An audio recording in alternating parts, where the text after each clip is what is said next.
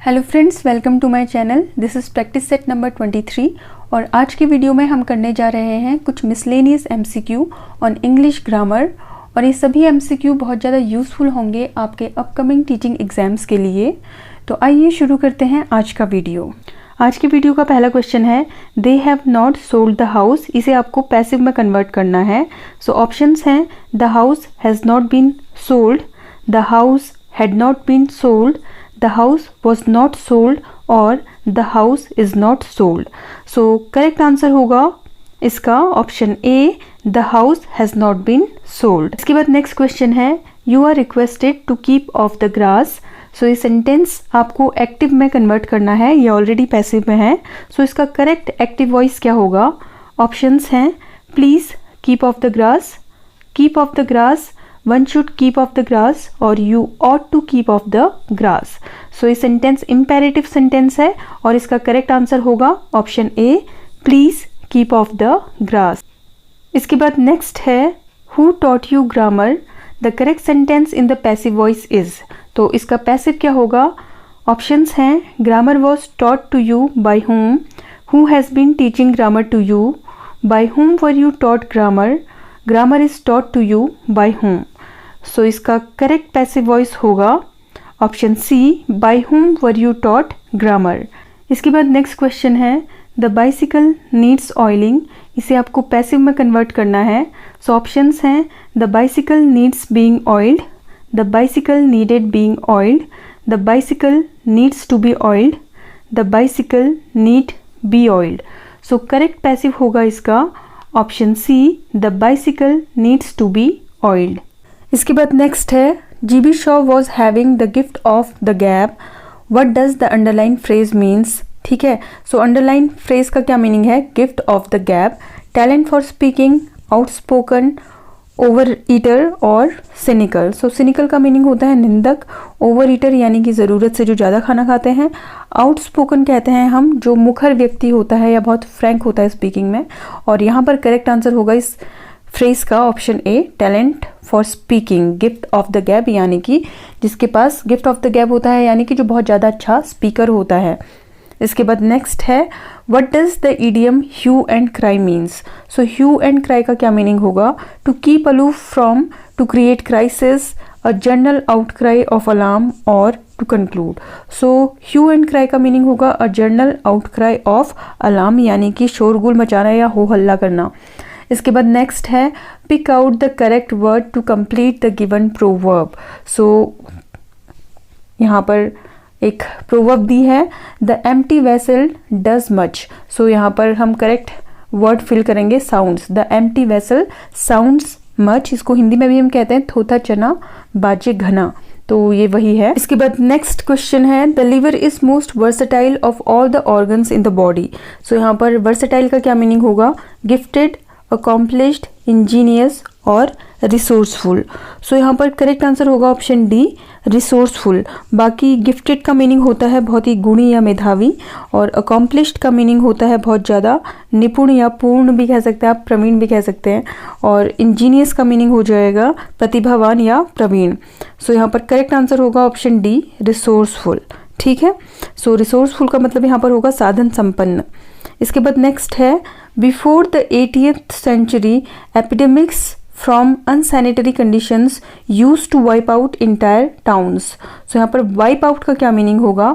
plunder, terminate, destroy और contaminate। सो यहाँ पर करेक्ट आंसर होगा ऑप्शन सी, वाइप आउट का मीनिंग होगा डिस्ट्रॉय करना, पूरी तरह से ख़त्म कर देना। ठीक है, प्लंडर का मीनिंग होता है चुराना, टर्मिनेट का मीनिंग होता है टर्मिनेट कर देना, किसी को निकाल देना या समाप्त कर देना किसी की सेवाएं। ठीक है, कंटेमिनेट का मीनिंग हो जाएगा दूषित करना या मैला करना। The use of computer based technology in offices are extensive. So यहाँ पर एक्सटेंसिव का क्या मीनिंग है?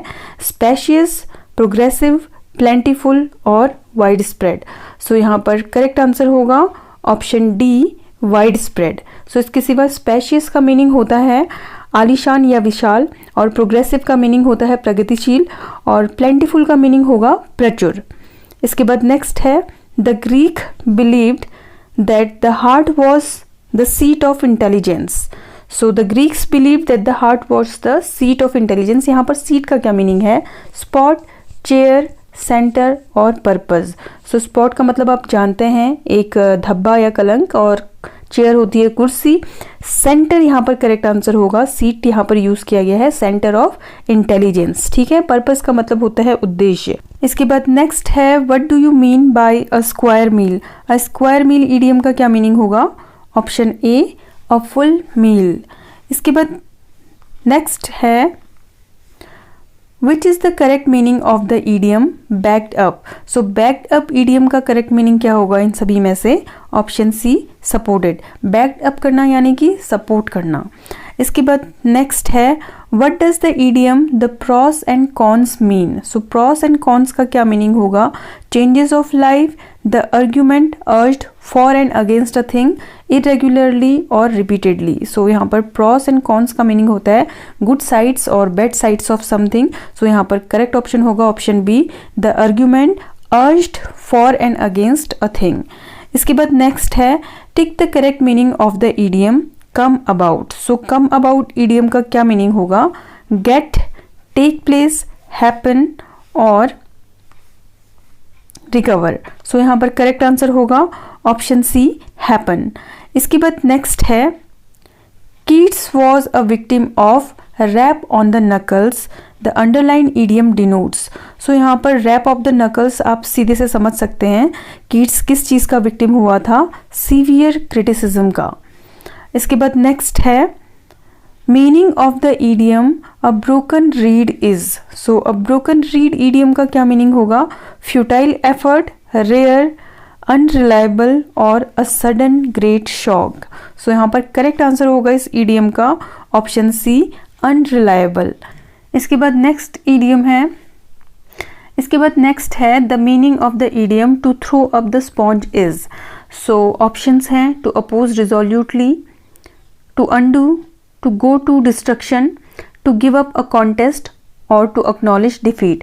so यहाँ पर करेक्ट मीनिंग होगा option D, to give up a contest और to acknowledge defeat। यानी कि to throw up the sponge का मीनिंग हो जाएगा हार मान लेना, to give up a contest।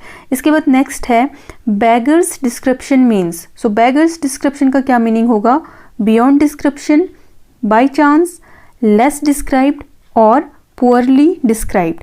सो यहाँ पर करेक्ट मीनिंग होगा बैगर डिस्क्रिप्शन का ऑप्शन ए, बियॉन्ड डिस्क्रिप्शन, यानी कि जो डिस्क्रिप्शन के बाहर हो उसे हम कहेंगे बैगर्स डिस्क्रिप्शन।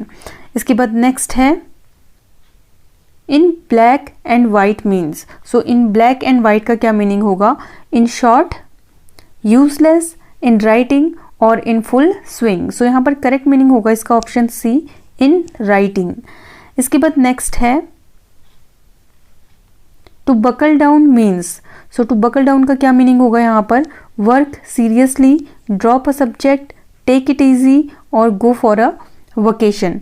सो यहाँ पर करेक्ट मीनिंग होगा टू बकल डाउन का ऑप्शन ए, वर्क सीरियसली, किसी चीज़ के लिए बहुत सीरियस होकर काम करने लग जाना इज टू बकल डाउन। इसके बाद नेक्स्ट है the meaning of euthanasia is. Euthanasia का क्या मीनिंग होता है? ऑप्शंस हैं मर्सी किलिंग, मर्डर, असैसिनेशन और एट्रोसिटी। सो यहाँ पर करेक्ट ऑप्शन होगा ऑप्शन ए, मर्सी किलिंग। सो यूथनेजिया, अगर कोई इंसान बहुत ज़्यादा असाध्य बीमारी से परेशान है, किसी ऐसे रोग से ग्रसित है कि जिसमें वो मृत्यु की इच्छा रखता है, तो वहाँ पर ये टर्म यूज़ होता है यूथनेजिया। इसके बाद नेक्स्ट है one who abstains completely from alcohol is called. So जो एल्कोहल से बहुत दूरी बनाकर रखता है उसे क्या कहते हैं? एथिस्ट, क्लेप्टोमेनियक, टीटोटलर और टोटलिटेरियन। सो यहाँ पर करेक्ट आंसर होगा ऑप्शन सी, टीटोटलर कहते हैं उस इंसान को जो अल्कोहल या सभी इंटॉक्सिकेटेड पदार्थों से दूर रहता है। इसके बाद नेक्स्ट है the age of a tree can be determined accurately by counting the number of tree rings it has developed. So यहाँ पर डिटरमाइन के लिए क्या वर्ड यूज़ करेंगे? डिसाइडेड, अचीव्ड, मेजर्ड और रिजॉल्व। सो यहाँ पर करेक्ट आंसर होगा ऑप्शन सी, मेजर्ड, क्योंकि यहाँ पर हम एज ऑफ अ ट्री को मेजर कर रहे हैं। इसके बाद नेक्स्ट है the meaning of to give a wide berth is. So to give a wide berth का क्या मीनिंग होगा? To keep one at a distance, to take undue advantage, to know the real feeling और none of the above. So यहाँ पर correct answer होगा option A, to keep one at a distance, यानी कि to give a wide berth यानी कि उससे थोड़ी दूरी बनाकर रखना। इसके बाद नेक्स्ट है प्योर एल्कोहल कोएगुलेट्स ऑन कॉन्टैक्ट। सो यहाँ पर कोएगुलेट्स वर्ड के लिए दूसरा वर्ड ढूंढना है। सो ऑप्शंस हैं सॉलिडिफाइज, सेट्स, थिकन्स और हार्डन्स। सो कोएगुलेट का क्या मीनिंग होगा यहाँ पर? ऑप्शन सी थिकन्स, यानी कि थोड़ा सा थिक हो जाना। सो फ्रेंड्स, आज की वीडियो में इतना ही। मिलते हैं नेक्स्ट वीडियो में। Till then stay tuned and thanks for watching.